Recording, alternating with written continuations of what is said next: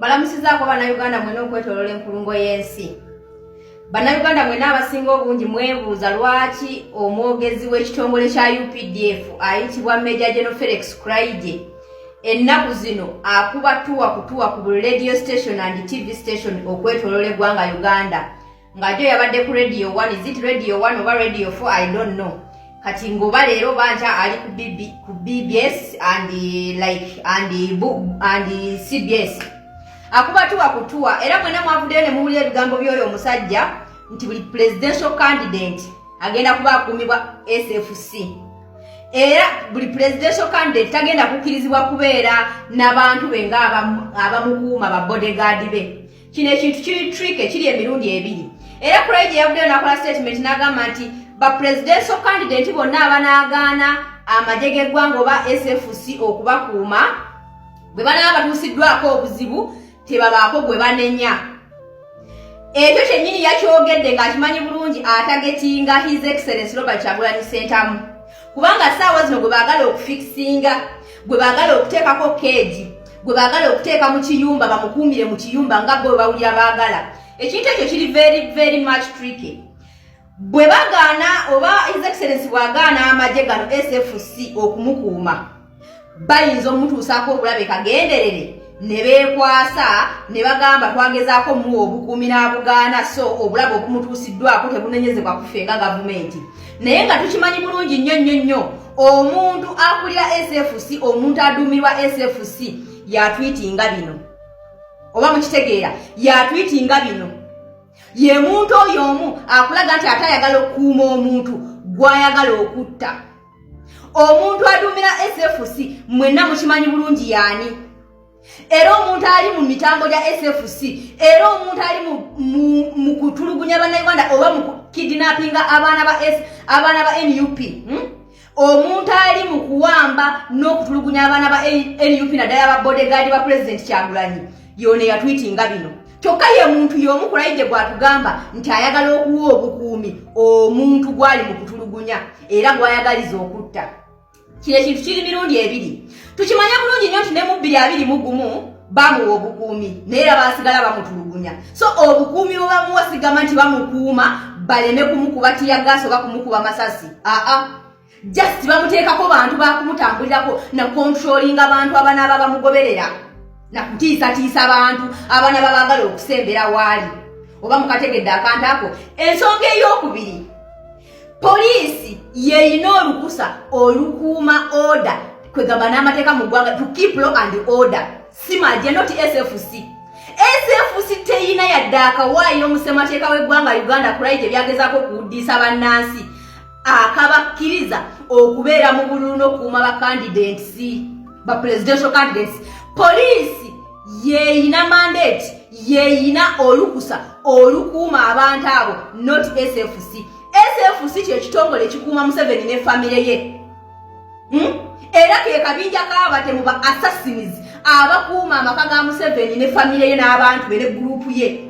Kati bakulaga nti balumirirwa nnyo Kyagulanyi okumuwa abantu abo bamukuume. Era Felix Kuraije n'akulaga nti tewali muntu n'omu agenda kubeera n'abamukuuma. Kuno omulanga gwange nkukubira bannayuganda mwenna okwetoloola ensi. Bannayuganda mwenna abali mu byalo, abali mu matawuni, abali mu kitundu kyonna nga mwagala enkyukakyuka, mmwe mulina olukusa olukuuma pulezidenti wammwe. Kubanga Kuraije ne banne bakimanyi bulungi nnyo wadde baatwala ba bodyguard ba Kyagulanyi naye bannansi kasaba neesalirawo okwekuumira omuntu waabwe. It is going to be another story. Tegenda kubeera story as usual. Bakimanyi bulungi nnyo, they know very well nti Kyagulanyi wadde bamuggyako abakuumi be naye bannansi bwe banaasalawo okwekuumira omuntu waabwe egenda kuba sitoole endala. It is not going to be a story as usual. They know very well. That's why they want to grab him bamuteeke mu keegi, okitegeera, bamugobeko bannansi kubanga bamanyi tewali bukuumi businga bwa bannansi. Kati guno omulanga ngukubira bannayuganda mwenna okwetoloola eggwanga Uganda, okwetoloola ensi yonna nti ffe kennyini ffe tulina okukuuma Kyagulanyi. Kubanga bano abasajja ne banajja nti bamukuuma tebagenda muwa bukuumi buli riyo. Just bamubeerako nga bambega, just bamubeerako kukangatiisa. Kuraije agambye bagenda muwa aba SFC 6 naye bayinza n'omuwa kabangali nga 4. obo kitegere ekintu ekyo SFC terina yadde olukusa olukuuma omuntu poliisi yalina olukusa olukola ekyo kati ye kulaija atambula tugamba amateeka manyi wetukwa ku bannayuganda abali valuga abali ignorant about mateeka g'eggwanga Uganda awo aba bakutta attention ng'abasiruwaza nti mateeka naye amateeka tegalina we gaweera SFC kukuuma ba presidential candidate not even majje UPDF tebalina yadde olukusa mu constitution y'eggwanga Uganda okubeera mu bululu. It is a law of police, Uganda police, not SFC. Obo kitegere ekintu ekyo kubanga mukulu Museveni ne group ye bakimanyi bulungi nnyo nti omuntu yenna bw'akuumibwa bannansi abeera more safer than okukuumibwa bano ate abamuyigganya. Obo kitegere ekintu ekyo kubanga naye tujjukire nti abantu abamukuuma mu lutalo lw'eruweero baali bannansi. They were Ugandans, not army. Si majega abagali galwana si bayeekera abalina emmundu si be bakuuma General Museveni mu nsiko. Akimanyi bulungi nnyo obukuumi bw'abannansi buli more important even than those SFCs. Era akimanyi bulungi nnyo Kyagulanyi bw'anaakuumibwa bannansi it is going to be another story. Akimanyi bulungi nnyo nti bannansi baba basazeewo okwekuumira omuntu waabwe teri ayinza mukwatako yadde. Obo kitegere ekintu ekyo kubanga naye akimanyi bulungi bannansi b'eggwanga Uganda be bamukuuma mu kinaana be bamukweka. Akimanyi bulungi bannansi baba basazeewo okukuuma omuntu oyo basobola n'okuwaayo obulamu bwabwe paka nga bamukuumye kuba naye bennyini basobola bannansi okuwaayo obulamu bwabwe ne babatta nga bakweka Museveni. Okitegeera akimanyi bulungi ekyo kyali mu preventinga ekyo kyali mu kwagala okuziyiza yeefunze Kyagulanyi amwefunze atandika omukontrolinga SFC etandika omukontrolinga ng'emanyi ne gy'anaalaga paka era bateekeyo ebizinzi paka era babe ng'olwedde bamanyire programs ze bamutege ebijinji so that tatambula ne gy'alina kugenda oba mukategedde akantu ako. So bino ebintu kulaije byaliyo byava luginga bannayuganda wadi saladi biki lolololo alinga joboja akuba tuwa radio for radio one simanya radio kati ali ku CBS kufuulinga na kusiriwaza bannayuganda kati bwekigwa muntu gy'abannayuganda abatalowooza abatakozesa bwongo okubaako kye balowooza bayinza okugamba abasajja baagala muwa security tewali security gye bagenda muwa ne banagamba nti bamuwadde ababe SFC era baba bagenda mukuba era baba bagenda mutulugunya. It's better we Ugandans we civilians fe bannansi okwekuumira omuntu waffe kubanga ffe kennyini nga twamwekuumidde even the SFCs tebasobola kubaako kye bamukola.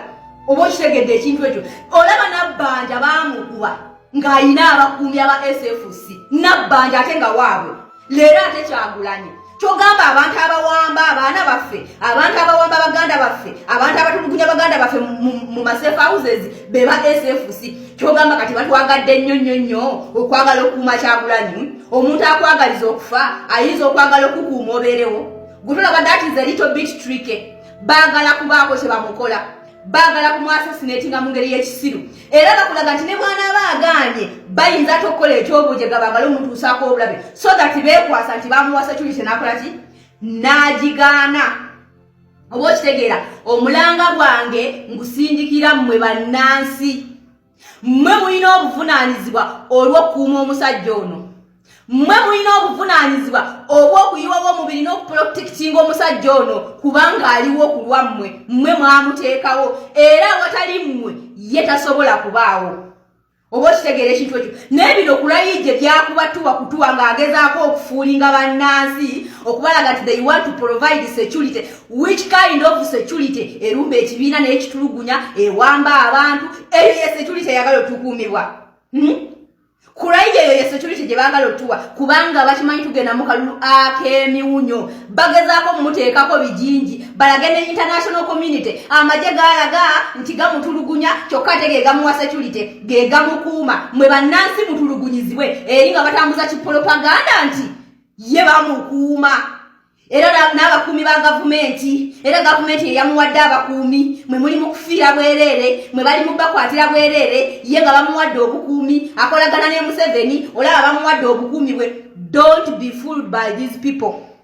These people they are setting a trap so that we can fall in it. It is our responsibility.